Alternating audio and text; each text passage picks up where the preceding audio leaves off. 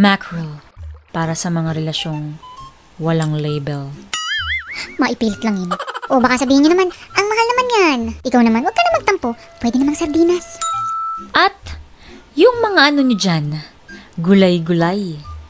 Para sa relasyon nyong puno ng kulay. Ay, sana all. 그대 잠깐 눈을 붙일 때 나는 마음에 불을 붙여요. Patatas. Wala ka ng takas. Nanakot pa yun. So, itong recipe natin ngayon guys is sa mga paborito ko pero lalagyan natin ng twist at mas gagawin nating healthy. Wow! Next ay carrot. Wala tayong joke, wala akong maisip. So sa mga gulay, pwedeng lagyan nyo ng talong, okra. Napakasarap nito guys. And ma-e-enjoy kahit ng inyong mga chikiting. Siyempre, maglalagay din tayo ng sibuyas, bawang at luya. Kikita nyo naman yan guys sa inyong mga kusina.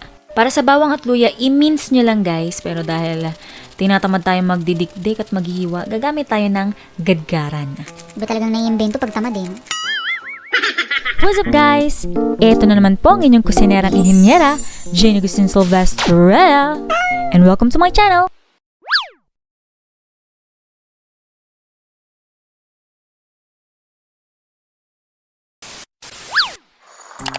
Again, ang gagamitin ko ay mackerel. Ang arte no?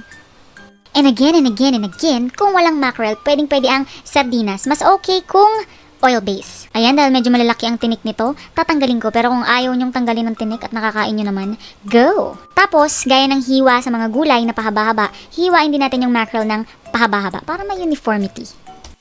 Next, gagawa tayo nitong ating simple batter. At kakailanganin natin ng 1 cup flour. Kung meron kayong cornstarch, pwedeng 1/2 cup ng all-purpose flour plus 1/2 cup ng cornstarch. Pero kung wala, pwedeng all-purpose flour lang lahat. Next, maglalagay tayo ng itlog mo. Pero isa lang. Ayan, halu-haluin mo lang. Pagkatapos, maglalagay tayo ng tubig. Mas maganda yung ice cold water. Pero kung walang ice, basta malamig na tubig.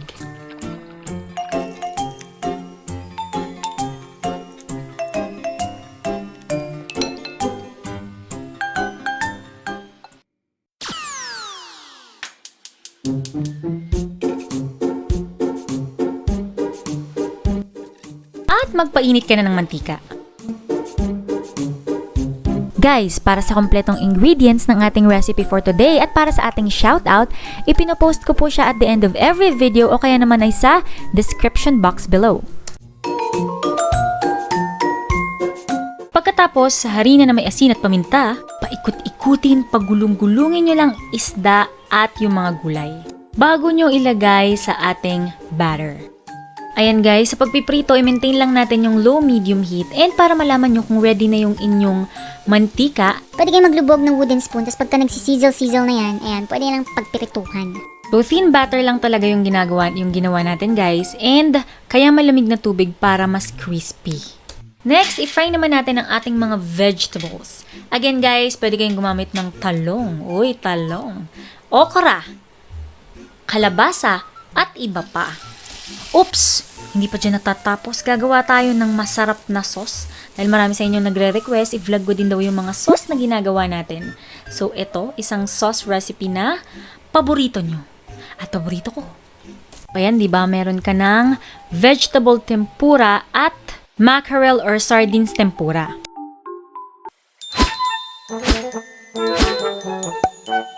Para sa ating sauce, maghulog lamang tayo ng sibuyas.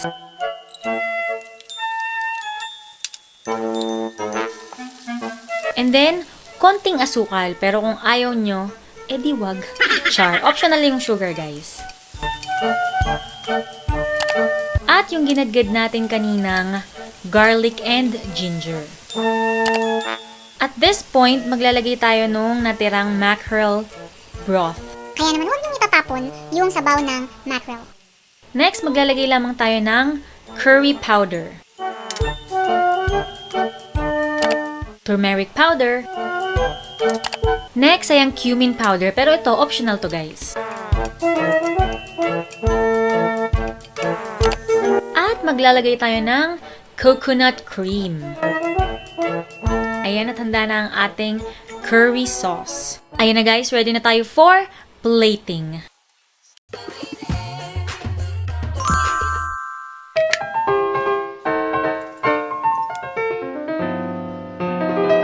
Ayan, ibubuhos lang natin ang ating mainit na mainit-init na curry sauce.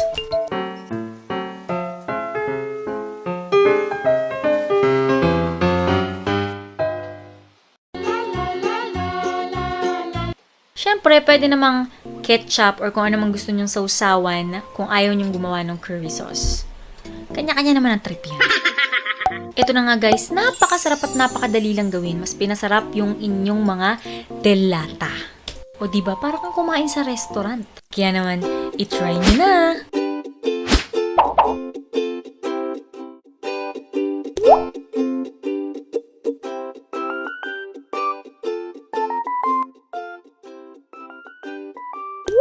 Subscribe na din kayo guys sa aking second YouTube channel, Jane Agustin Silvestre's Life Vlog.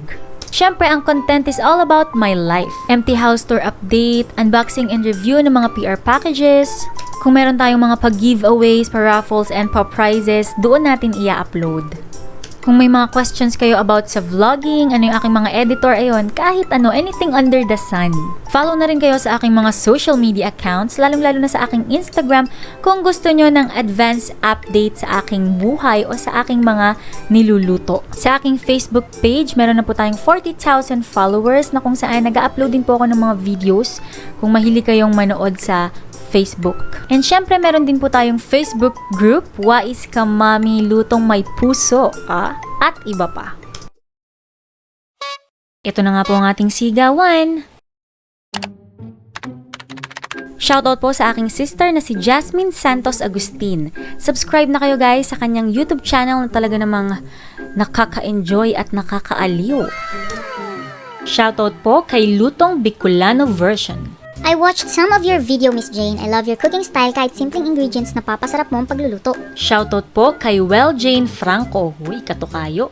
First time ko pang manood ng mga vlog mo, napasubscribe agad ako, natawa ako sa voice over mo po. At shoutout po kay Mr. Alvin Villamor. Trinay po namin today, masarap nga po. Salamat sa recipe, madam. Yun! Again, maraming salamat po sa inyong lahat. Sana po inyong nagustuhan ng ating vlog for today. Please don't forget to like and share this video. Kita-kits ulit sa susunod. Stay safe and God bless us all. Bye!